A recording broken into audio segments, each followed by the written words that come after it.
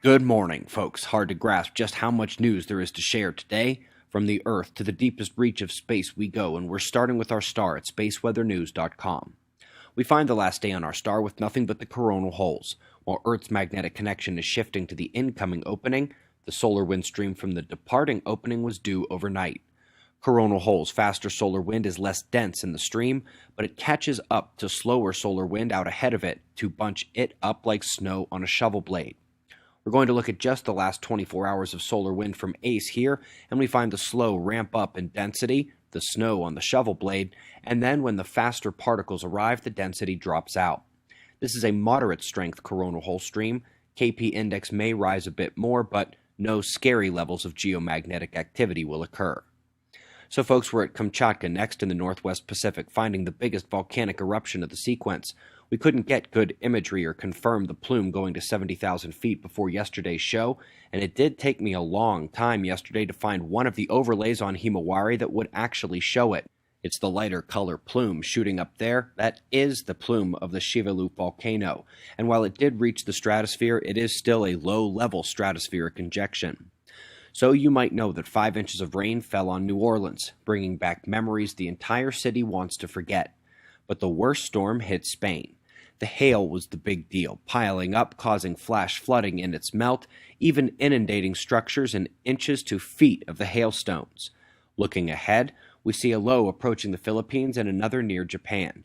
They'll be separating today and heading in opposite directions, and while the worst of it over the next 24 hours is going to Japan, by Thursday, the southern system will be pounding Vietnam. Eyes open. Something very cool here. Bitsy. It's going to ride a football field-sized high-altitude balloon to get its coronagraph to the top of the sky. It can not only see the density of the solar wind, but the speed and electron temperature as well. This will complement the data from the Parker probe whenever that actually starts coming in. Up next, Stanford has seen the truth about water, and that opens an enormous door. It is their identification of water's magic that is key, rather than their one specific discovery about it, and this really is a topic you need to follow from the beginning. If you haven't seen our 2014 interview on the great secret of water, it is one of the most loved pieces in our channel archive, and it's linked for you below.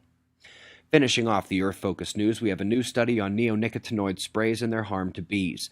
This is one of our most critical, off-normal topics we cover, and one of the ways humans are definitively affecting the biosphere. That story linked below as well. Let's transition to the more complex science, but do so with some visual splendor first. This is the XMM Newton looking at M83 in X-rays over time, but it comes in second X-ray best in yesterday's releases as Chandra released a time-lapse of its own. 2, actually. First is the optical component of Cassiopeia A, but we also have the X-ray component. Absolutely gorgeous display over more than 20 years of observation in X-rays. Up next, flaring active regions on the Sun. The point of this share is to identify once again that Russian and Chinese scientists are dwarfing the Western world in recognition of the electric sun and its electrodynamics. Unless it's something classified and secret on the U.S. side, there's just no denying that the West is way, way behind solar physics and space weather terrestrial effects. Up next, we have a look at the nature of the universe at a macro scale. This Cambridge scientist is not exactly known for screwing around, and he puts a closed universe paradigm at 50 to 200 times more likely than the flat and open cosmologies.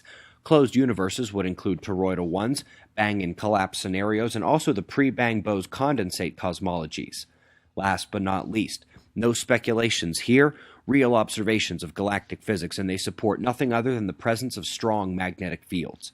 This is critical, not only for galactic astrophysics, but for larger cosmological implications, and also because it confirms the magnetic structure of the galaxies, which is the rippling central current sheet.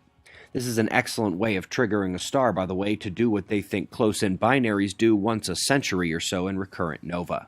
We greatly appreciate your support. Tomorrow, the third and final infomentary film of the month comes out, Climate Forcing.